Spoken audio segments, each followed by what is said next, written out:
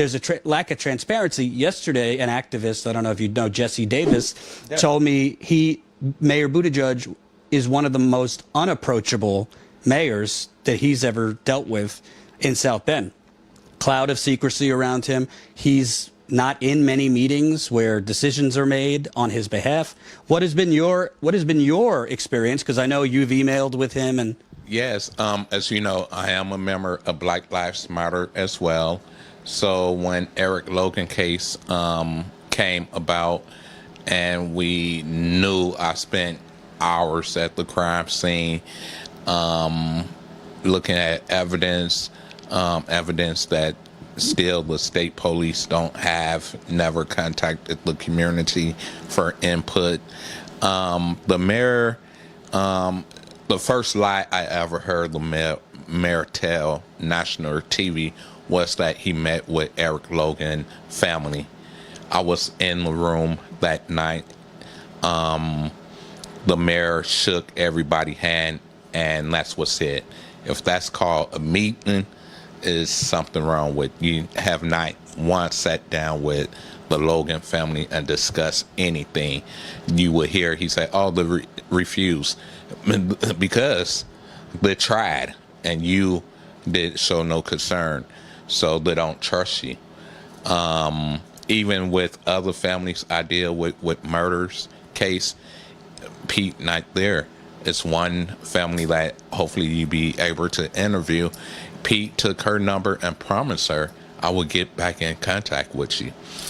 A week after Eric Logan death, South Bend had the first mass shooting in history at Kelly Bar, where a guy from Michigan came down here to go out to a public bar, and as he was leaving, he lost his life. And it was the first time since the police department been open that they had to activate their mass patrol. They didn't have enough officer to protect South Bend. They had to call police from Michigan, the state police, to come in. And still, to this date, the mayor don't meet with families. So the family's like, why should I vote for a man who don't even care? The family don't want money. Just a phone call, "I'm sorry," to comfort them. And the mayor too busy to reach out to these families, which is a shame. And I fully apologize. I'm running around, so I don't know everything about this particular case, but I want to ask you about it. I've been told there was a case where a young man was found hanging, and they immediately declared it a suicide. And it's been described to me that it almost looked, the way it was hung. It's not just one case, it's two suicide cases. That the case you're talking about, Stephanie Jones, I just took on that case to help her with that case. But yes, a black young man hung on the KKK Wizard property. KKK what? Riser? Wizard. Okay. Wizard. Right. Yeah. Property. And how do you man get up on a tower hanging? How would he get up there? You need a boom. And they made the lady cremate him within 24 hours. No autopsy. No autopsy. And had to use the KKK funeral home. When was this? This happened, I don't have the date right in front of me, but a year or two ago now, the city, she been to the mayor's office, police department, so we're going to try to get that case reopened. Is unbelievable. Another case is Shalonda Wilson's son. The corner, St. Joseph corner, is foul. It's very foul here. Ruled that as a homicide. I never seen in my life where the police release the body to the family, and once we get involved, they go to the funeral home and tamper with the body. What do you mean tamper with the body? They try to dig a bullet out of a guy's head, and to this day, We don't know if they did take the bullet or did. So maybe this is a simple question, but it sounds like it sounds like, how could a man run a country if he can't even run a local police department? Correct. And that's the whole thing. A lot of black people are in this community. And if you just go do your research at these meetings, you don't see too many black people there. You see Black Lives there, Justice for South Bend. But when we come home, our phones are ringing. What took place? The community trusts us to be their voice because they don't trust them. Let me ask you, you've had dealings with Mayor Pete. You said you've occasionally emailed him early in the morning and sometimes he responds. To me, it seems like he's your classic politician, kind of an empty slate, is on autopilot, tells the Chamber of Commerce one thing, tells the black community another thing. What's been your impression when you talk to him one-on-one on the type of person he is? Does it seem like he genuinely cares about black issues here? Or does it seem like he's trying to basically put Band-Aids on things as he pursues his higher ambitions? Because obviously in the last 3 years, he's been trying to get out of South Bend. Ran for DNC chair, now president. So he hasn't really been focused on South Bend. What's been your interaction with him? My intake with the mayor, my son has been on his youth program. My son loves that program. And when Eric Logan got killed, I removed him from that for a while. And let Pete know, I want my son to be able to trust what's going on in your office. If he see you lying, he would think one day, whatever his career would be, it's okay to do the same thing. One thing I can say about Pete is he did come to my protest, and my fight, he marched from the police station to his office next to me. And during that walk, we had conversations, and people was yelling at him. And one thing about Pete, he can't take yelling. And I told him, you can go into president. You're going to have people yelling all type of stuff. You got to know how to control that. I don't believe Pete hate black people, but his time that he can spend to make a change, he asked other leaders that have their hand in the pot to stand behind him. If something happen right now in the black community, you ain't gonna see his white staff behind him. He gonna go pull pastors that he work with in the black community to stand behind him. Don't build this picture for the country.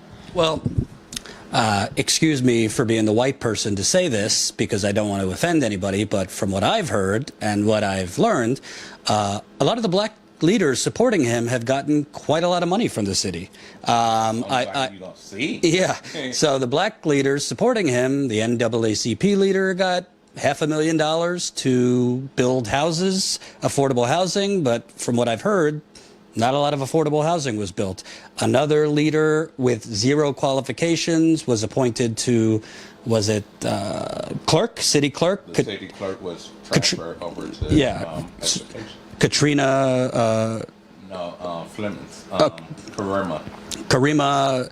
I don't know her last name, but yeah, she had no qualifications, but she was appointed to a heavy-duty political position in the city. And with that being said, I think that is so bad for our youth, local youth here in South Bend, spending their hard time in college to get to that position, and she come with nothing and bypass people who put time in to hold that position.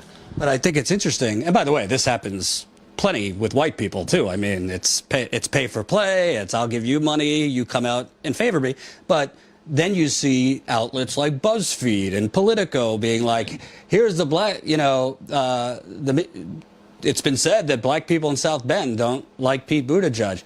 Here's the black people who support Pete Buttigieg, and it's a couple people that have gotten money from Pete Buttigieg's administration or jobs they're not qualified for. So, dare I say, he's basically getting his, I don't want to offend, but he's getting like token black people to show support. Definitely. Black people in this community, they're low income, feel the same way. There's nothing, we call them rubber stamps. A lot of people believe that his staff members are just rubber stamps for him. Let me ask you a question about the national part of this, because right now, I tell my audience, take all the polls with a grain of salt, but if you look at Iowa in particular, which is overwhelmingly white, he's the front runner. If it were held today, I think it's a coin toss between him and Bernie Sanders, but putting that aside, if he wins Iowa, the media usually pushes that candidate even more. So if he wins Iowa, then they're going to say, oh, they're going to really, the wind's on his sails and he might win New Hampshire. To me, putting aside how terrible Donald Trump is, which we know, if this man were elected president, it seems to me that I don't know what he actually believes in, truly believes in. I know he's not a progressive, but I don't know what he truly believes in. From what I've read and people I've spoken with, he's very data-driven, but I don't know what his core convictions is, because all he keeps talking about on the campaign trail is bringing people together and all this grandiose talk, but not a lot of specifics. And the specifics he does give are, excuse my French, bullshit. So he says, choose, I want to give you choice. How dare Bernie Sanders or others take away your health insurance, but the plan that he's proposing is just keeping for-profit health insurance that take away your choice. Here's your choice with for-profit health care. Here's the bill. You want health care? Pay it or you don't get it. That's not a choice. I guess what I'm asking you is, if he were to win the Democratic nomination or even become president, do you know what he truly believes in politically? What his big ambitions would be for the country? No, really don't. One thing I can say that he's on the campaign trail, going to different jobs. Things he don't do here locally is a lot of people hurting job-wise here in South Bend. How can you promise a whole nother city you're gonna do something where you can't help your own city? My son's 6 years old, and he know 2 + 2 = 4. So if you can't take care of your own home of 100,000 people, how you gonna take care of the country? What are your thoughts on, because I know that you've had the people locally have tried to get the media locally to pay attention to what the police department is doing, what the mayor is not doing. Nationally, I've only been here 24 hours and I can see how terrible the media is. I mean, I literally have a national journalist telling me, what's the big deal that his police officers are reenacting KKK scenes? Why should the mayor be held accountable? There's another reporter from the Associated Press. He hired the chief. That's why he needed to be held responsible. He took the responsibility of whatever happened with the police department under the chief. He's taking responsibility. So that's why, And another thing is what you were saying, the media, there's one media that will tell your story. That's WUBS 89.7 FM, the only black media station here. And I co-host with him sometime. And one thing that media station do, let you tell your story. They don't edit your story because it's your story. How can somebody edit your story? Hope you enjoyed that last video. Hop on over to statuscoup.com where you can sign up for our email list and become a member for as low as $5 to $10 a month. Membership is how we grow. That's statuscoup.com/join. And remember, join our email list so we can grow the revolution with you.